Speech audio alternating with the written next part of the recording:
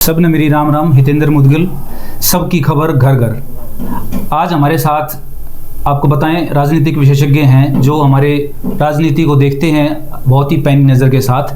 तो हम आज से मुलाकात करा रहे हैं वीरेंद्र राठी जी से। राठी जी, आपका बहुत बहुत स्वागत है। आपका भी बहुत बहुत धन्यवाद। आपके दर्शकों को मेरी तरफ से नमस्कार। राठी जी, आप हमारे चैनल पर जैसे आते रहते हैं, बने रहते हैं, हमेशा हमें गाइड करते रहते हैं और हमेशा बताते हैं कि किस तरीके से जो भी राजनीतिक पार्टियां जिस तरीके से काम कर रही हैं, जिस तरीके से वो आगे बढ़ रही हैं, तो उसी के ऊपर आज चर्चा करेंगे। जैसे कि आज देख रहे हैं 25 मई हमारी आने वाली है, बहुत तेज गति के साथ हम काम कर रहे हैं, बहुत सारी पार्टियां मेहनत कर रही हैं। तो उसी सिलसिले में आज आपके साथ बात करेंगे हम। आपको क्या लगता है कि जिस तरीके से दीपेंद्र हुड्डा जी भी काम कर रहे हैं, जिस तरीके से अरविंद शर्मा जी भी हैं, तो रोहतक लोकसभा को लेकर क्या कैसे विचार हैं कि अब की बार जो राजनीतिक घमासान, जो पिछली बार दीपेंद्र हुड्डा जी थोड़ा से मार्जिन से रह गए थे, क्या वो मेहनत अब की बार जो की जा रही है कांग्रेस पार्टी के द्वारा, वो मेहनत कितना रंग लाएगी? देखो, ये प्रजातंत्र का पर्व है और भारत विश्व का सबसे बड़ा लोकतंत्र माना जाता है और भारत के नागरिक इसको पर्व के रूप में मनाते हैं जी। 5 साल का कार्यकाल लोकसभा का होता है। बिल्कुल। 5 साल बाद ये चुनाव आया है। राजीव गांधी जी ने एक बार कोई बात कही थी कि चुनाव जीते और हारे जाते हैं। बहुत ही विरला नेता आपको एक आधा सा मिलेगा जीवन में जिसने चुनाव में हार का स्वाद ना चखा हो। नहीं चखा हो, बिल्कुल। हरियाणा का चाहे चौधरी देवीलाल थे, चाहे देश की सबसे पॉपुलर प्रधानमंत्री इंदिरा गांधी जी थी जी, वो भी चुनाव हारे। चौधरी बंसीलाल भी हारे, चौधरी भजनलाल भी हारे, भूपेंद्र सिंह हुड्डा जी भी पहले हारे, फिर लगातार जीत की तरफ बढ़ते गए। तो हार जीत तो चुनाव का एक पार्ट है जी। और दीपेंद्र हुड्डा जी बहुत कम वोटों के अंतर से पिछला चुनाव हार गए थे, लेकिन उस हार से कहीं न कहीं नेता सबक भी लेता है बिल्कुल कि कहाँ चूक रह गई, किस प्रकार की रणनीति बनानी चाहिए थी, या जनता के बीच में जुड़ाव कम हो गया, गैप तो ज़्यादा नहीं हो गया। उन कमियों को नेता दूर करता है और फिर चुनाव में जाता है तो मजबूती के साथ जाता है। आज के चुनाव में भारतीय जनता पार्टी तो अपने ऊपर भी सरकार है, नीचे भी सरकार है, 10 साल से वहाँ चल रही है, 10 साल से यहाँ चल रही है, तो आत्मविश्वास की कमी तो उनके अंदर भी नहीं है। और वो मोदी के नाम पे चुनाव को लड़ रहे हैं कि मोदी जी ने राष्ट्र हित में ये काम किए हैं। और दीपेंद्र हुड्डा जी का जो चुनाव है वो स्थानीय मुद्दों को पकड़ करके चुनाव लड़ रहे हैं कि मैंने अपने एमपी के समय में ये काम करवाए थे और भाजपा के सांसद इन कामों को पूर्ण रूप से अमली जामा नहीं पहना भाई। चाहे वो महम के एयरपोर्ट की बात चलती है, चाहे वो एम्स की बात चलती है, तो पार्टियां तो दोनों पूरा का पूरा जोर लगा करके चलती हैं। लेकिन जो एक संपत्ति पिछले चुनाव में दीपेंद्र की हार से दीपेंद्र को आज मिल रही है। और दूसरा, फिर लोगों ने एक आकलन भी करके देखा, ये सुना था कि अरविंद शर्मा जी 3 बार के सांसद रह चुके हैं पहले, बिल्कुल 2 बार करनाल से, 1 बार सोनीपत से इंडिपेंडेंट प्रत्याशी बने थे। क्या पता भाई कितना विकास कर देंगे। ऊपर भी सरकार बीजेपी की आ रही है, नीचे भी स्टेट में इनकी सरकार थी जी। तो कहीं न कहीं उन उम्मीदों के ऊपर अरविंद शर्मा जी ज्यादा खरा नहीं उतर पाए। अच्छा, तो एक पॉइंट ये भी दीपेंद्र की तरफ लोगों के वोटर के रुझान का मुझे लगता है। तो अब जैसे रोहतक लोकसभा को लेके हम अपनी अगर बात करें लोकल की, जैसे झज्जर अपना एरिया की और बेरी हल्के की, तो यहाँ के जो वोटर हैं, आपको क्या लगता है कि अरविंद शर्मा जी कहाँ पे लैग कर गए हैं कि जो जिस चीज़ का उनको नुकसान अब की बार उठाना पड़ सकता है? कि दीपेंद्र हुड्डा जो है एक आम जनता में कितनी पकड़ अब की बार बनाए हुए हैं, जो उन्होंने गलतियां पिछले सीख ली है उसकी अब जिस अरविंद शर्मा जी ने कहाँ गलतियां की हैं कि जिसकी वजह से अब की बार आपको लगता है कि कौन बाजी मार जाएगा यहाँ पे? देखो, एक तो लगातार जो आदमी जिस पार्टी की सरकार होती है ना, जनता उससे कहीं न कहीं उब भी जाती है। जो पीछे 15 साल से लगातार सांसद दीपेंद्र हुड्डा जी थे, ओके, तो कहीं न कहीं जनता के मन में ये भी बात आ जाती है, यार इसी को बनाते आ रहे हैं, एक बार दूसरे को भी देख लो। बिल्कुल। अब 10 साल से भाजपा की सरकार ऊपर भी है, नीचे भी चल रही है जी। और अरविंद शर्मा जी से जैसे हमने चर्चा किया कि बहुत बड़ी उम्मीदें थी कि भाई ये मेट्रो को आगे लेके आएंगे, या भाई एम्स का निर्माण होगा, या कोई नई रेलवे लाइन आएगी, या और विकास के काम होंगे, बड़े बड़े शिक्षण संस्थान आएंगे। लेकिन कुछ फैसले जो सरकारें लेती है ना, वो कहीं न कहीं चुनाव में आकर के उम्मीदवारी के ऊपर भी भारी पड़ जाते हैं जी।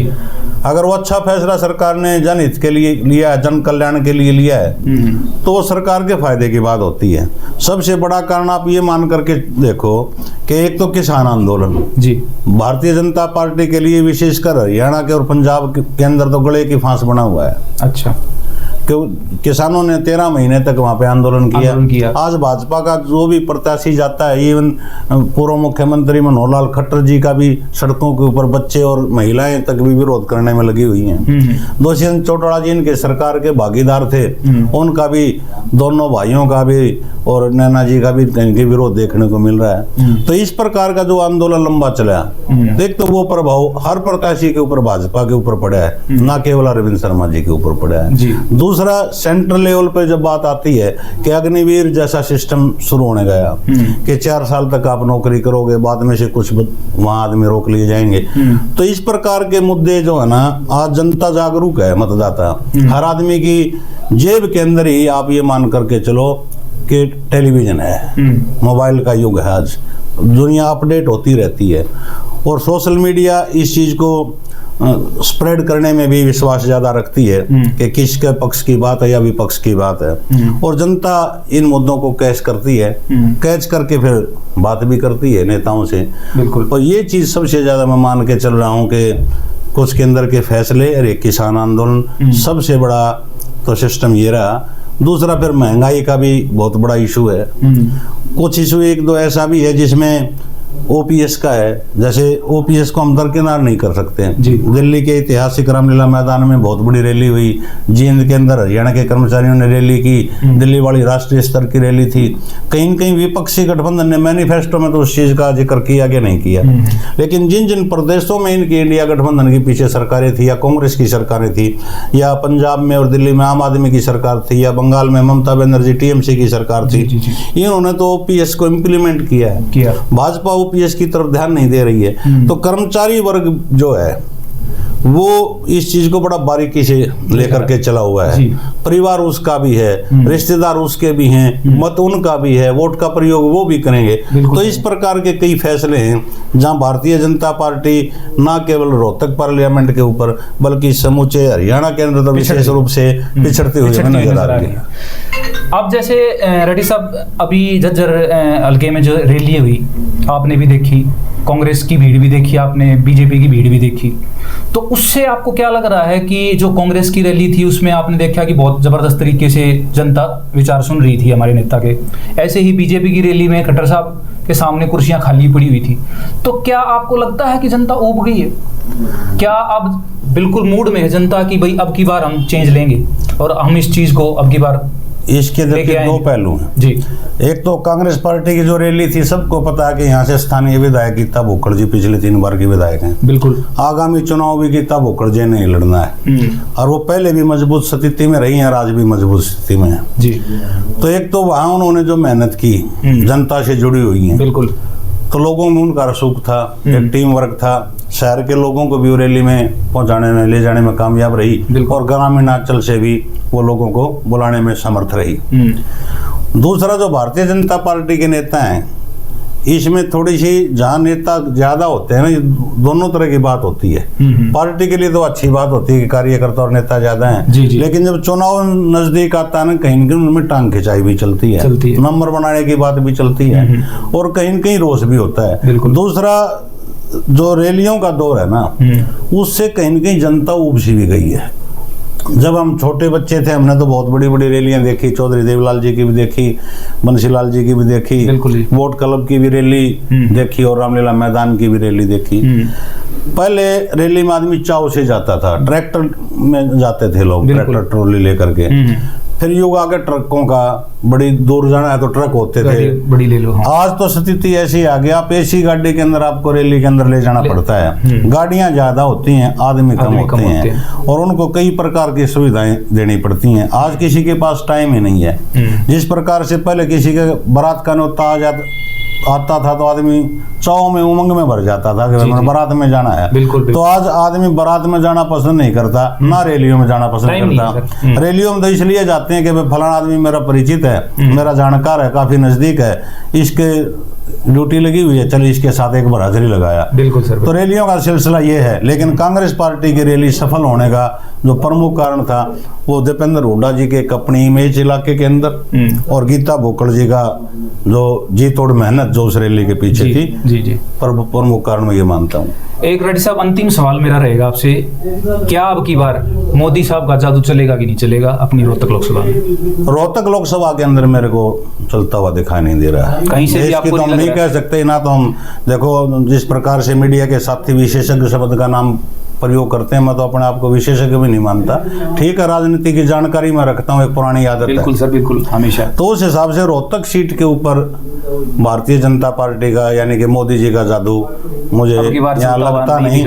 यहाँ तो जो है ना, दीपेंद्र हुड्डा के प्रति जो लोगों का प्यार है, वो प्यार जो है भारी पड़ता हुआ दीपेंद्र के प्रति जो लगाव है वो मुझे नजर आ रहा है। और दीपेंद्र हुड्डा जी की तो मैं एक आपको छोटी सी घटना शहर की बताता हूँ। जी जी। 3-4 आदमी बैठे थे, किसी ने पूछ लिया भाई आप किसकी वोट डालोगे जी। तो एक ने ये कहा कि मैं कांग्रेस की वोट नहीं डालना चाहता। अच्छा। फिर बोला वोट डाल लूंगा दीपेंद्र की। फिर पूछा भाई दीपेंद्र तो कांग्रेस से लड़ रहा है, तो उसने कहा कि दीपेंद्र कांग्रेसी नहीं है, दीपेंद्र अपना है। तो ये अपनेपन का भाव जो लोग झलकाते हैं ना दीपेंद्र के प्रति, तो अब की बार मोदी जी का जादू रोहतक से फीका पड़ता हुआ नजर आ रहा है। और दीपेंद्र हुड्डा जी के सिर के ऊपर मतदाताओं का आशीर्वाद का हाथ हमें दिखाई दे रहा है। जी जी जी। मार्जिन की ओर बता दीजिए सर, कि देखो की बार का मार्जिन क्या है? मार्जिन की बात मैं आपको बताऊं, 9 कॉन्स्टिट्यूंसी पड़ती हैं। हाँ जी, रोहतक के अंदर। बिल्कुल। हमने चर्चा की थोड़ी सी झज्जर के ऊपर या ओवरऑल जीत का भी हमने बता दिया कि जीतते नजर आ रहे हैं दीपेंद्र हुड्डा, अच्छे मार्जिन से जीतते नजर आ रहे हैं, बिल्कुल सेफ जोन में है। बिल्कुल। लेकिन 9 के 9, क्योंकि जब हम चर्चा कर लेंगे जी सर, उसके बाद ही हम एग्जैक्ट मार्जिन तक पहुंचेंगे।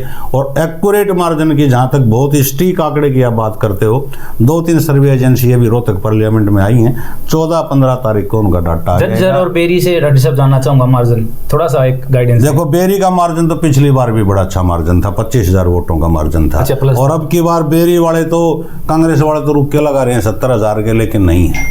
मेरा आइडिया है 35,000 के आसपास 35,000 का मार्जिन बेरी से हो सकता है। लेके चलेंगे। जज्जर से मार्जिन था 4,500-5,000 का। लेकिन उसके बाद जब विधानसभा का चुनाव आया था ना, तो विधानसभा का चुनाव में मैडम गीता भुक्कड़ जी 15-16,000 वोटों से के मार्जिन से चुनाव जीत करके आई थी। और जिस प्रकार से इस चुनाव के लिए दीपेंद्र हुड्डा जी ने जो मेहनत की बाजार के अंदर डोर टू डोर, और गीता भुक्कड़ जी जिस प्रकार से अब कॉलोनियों को जाकर के डोर टू डोर कर रही है एक महिला होते हुए, बिल्कुल बिल्कुल 4-5 का प्रोग्राम दिन के करती हैं और शाम को फिर 3 से 4 कॉलोनियां डेली कर रही हैं। तो ये मेहनत मुझे रंग लाती हुई इनके दिखाई दे रही है। शहर के मार्जिन को भी ये पाटेंगे और वो आंकड़ा 15 से 20,000 का जीत का झज्जर विधानसभा क्षेत्र से अब की बार मैं मान करके चल रहा हूँ। बहुत बढ़िया।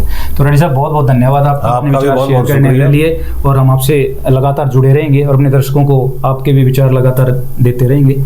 तो आपने सुने राजनीतिक विशेषज्ञ वीरेंद्र राठी जी के विचार। हमारे साथ लगातार जुड़े रहिए, आपको ऐसे ही वीडियोस हम बार बार देते रहेंगे, आपको बताते रहेंगे कि हमारे रोहतक लोकसभा में किस तरीके से हमारा रुझान चल रहा है और कौन सी पार्टी आगे बढ़त बनाए हुए है। तो हमारे साथ जुड़े रहिए और वीडियो को ज़्यादा से ज़्यादा शेयर कीजिए, लाइक कीजिए और अपना जितने भी सवाल हैं आपके कमेंट्स के जरिए पूछते रहिए। थैंक यू सो मच, बहुत बहुत धन्यवाद।